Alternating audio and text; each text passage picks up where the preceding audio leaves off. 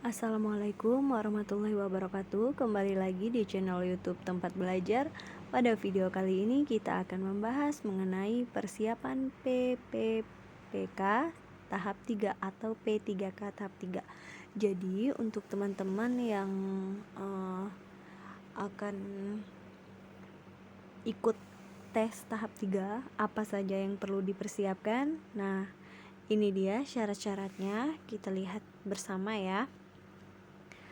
Syarat untuk seleksi P3K tahap 3 perlu dipersiapkan agar proses pelaksanaan lebih mudah dan tidak tergesa-gesa. Aturan seleksi P3K tahap 3 terdapat dalam Permen PAN RB nomor 28 tahun 2021. Terdapat pada paragraf 11 seleksi kompetensi 111 pasal 37. Syarat pelamar Syarat pelamar untuk seleksi kompetensi 3 dapat diikuti oleh pelamar dengan kriteria. Nah, jadi ada kriteria-kriteria yang bisa ikut tahap 3. Ada 8 kriteria yang bisa ikut tahap 3. Yang pertama, pelamar dari THK 2 yang tidak lulus pada seleksi kompetensi 1 dan 2. Jadi ini untuk teman-teman yang guru honor, ini khusus guru ya. Untuk guru yang tidak lulus pada kompetensi tahap 1 dan 2 itu bisa ikut di tahap 3. Kemudian syarat apa lagi untuk bisa mengikuti tes seleksi tahap ketiga? Yang kedua, guru non-PNS yang telah terdaftar di Dapodik yang tidak lulus seleksi kompetensi 1 dan 2. Nah, jadi ini guru honor tapi harus terdaftar di Dapodik ya. Kemudian dia tidak lulus di seleksi 1 dan 2. Makanya bisa ikut ke seleksi tahap 3. Harus yang terdaftar di Dapodik ya, teman-teman. Kalau misalnya kita jurusan guru tapi kita tidak terdaftar di Dapodik, misal kita baru honor gitu. Nah, itu tidak bisa ikut seleksi kompetensi tahap 3 pada P3K. Kalau kita sudah terdaftar di Dapodik baru bisa. Kemudian syarat lain, guru swasta yang terdaftar di Dapodik yang tidak lulus seleksi kompetensi 2. Jadi untuk guru yang honor di sekolah swasta ini juga bisa lanjut ke tahap 3 jika tidak lulus di tahap 2 kemarin. Karena tahap satunya tidak ikut tes ya yang swasta. Jadi yang tidak lulus di tahap 2 kemarin masih bisa mengikuti tes di tahap 3 P3K. Kemudian yang keempat, lulusan PPG yang tidak lulus kompetensi 2. Nah, bagi teman-teman yang tidak honor atau baru honor tapi tidak masuk Dapodik, itu tidak apa-apa asalkan kita punya sertifikat pendidik atau kita lulusan PPG. Jadi untuk teman-teman yang lulusan PPG tapi tidak honor, itu bisa ikut tes tahap ketiga P3K ya. Jadi khusus untuk yang lulusan PPG itu bisa ikut P3K. Oke ya teman-teman.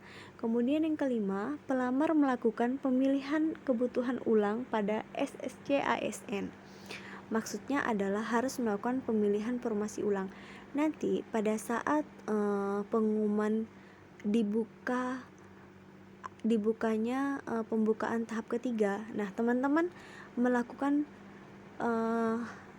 pemilihan ulang lagi formasi, karena formasi yang sudah ada kemarin kan banyak yang sudah diisi ya. Teman-teman yang sudah lulus berarti mengisi formasi yang kosong itu. Nah, sisanya yang teman-teman pilih itu sisanya yang kosong, yang sudah lulus di tahap 1 2 itu pasti mengisi daerah-daerah atau sekolah-sekolah yang kosong. Nah, jadi untuk tahap ketiga sisanya. Oke ya, teman-teman. Jadi kita disuruh memilih formasi ulang. Formasinya sisa dari tahap 1 dan 2.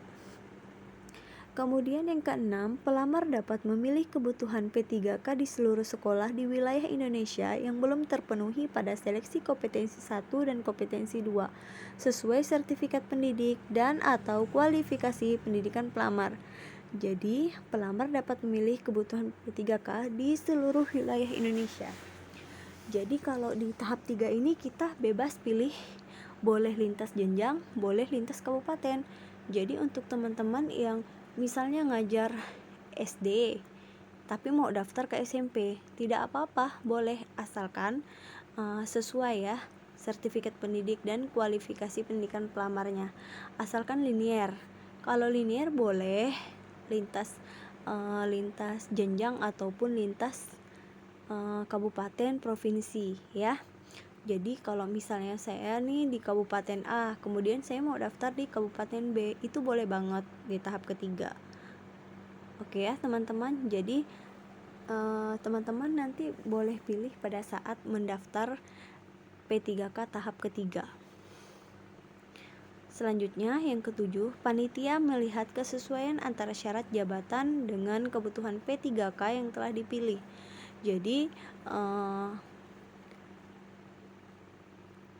kalau kita sudah mendaftar, sudah mengisi, nanti panitia yang akan melihat kesesuaian antara syarat jabatan dengan kebutuhan yang akan dipilih. Nah, ini biasanya seleksi administrasi ya. Kalau administrasinya sudah lulus, maka bisa ikut tes. Selanjutnya yang ke-8, panitia mengumumkan pelamar yang berhak mengikuti seleksi kompetensi tahap 3. Ini yang terakhir nih. Nah, yang ke-8 yang terakhir. Kalau tadi seleksi administrasinya sudah lulus, berarti panitia mengumumkan pelamar yang berhak mengikuti seleksi kompetensi tahap 3. Jadi bisa ikut tes. Tapi kalau seleksi administrasinya tidak lulus, berarti teman-teman gagal atau tidak bisa ikut tes di kompetensi tahap 3. Jadi saya tekankan kepada teman-teman untuk melihat kualifikasi, kemudian lulusannya itu harus sesuai. Kalau tidak sesuai itu bisa terjadi kesalahan pada administrasinya. Jadi teman-teman tidak bisa ikut tes. Tapi saya doakan semoga teman-teman semua yang mengikuti tahap ketiga bisa mengikuti tes hingga akhir dan lulus sampai pemberkasan. Oke ya teman-teman, mungkin hanya ini saja yang bisa kita berikan di channel YouTube Tempat Belajar. Jangan lupa supportnya dengan cara like, comment, subscribe, dan share semua video-video di channel ini. Terima kasih. Wassalamualaikum warahmatullahi wabarakatuh.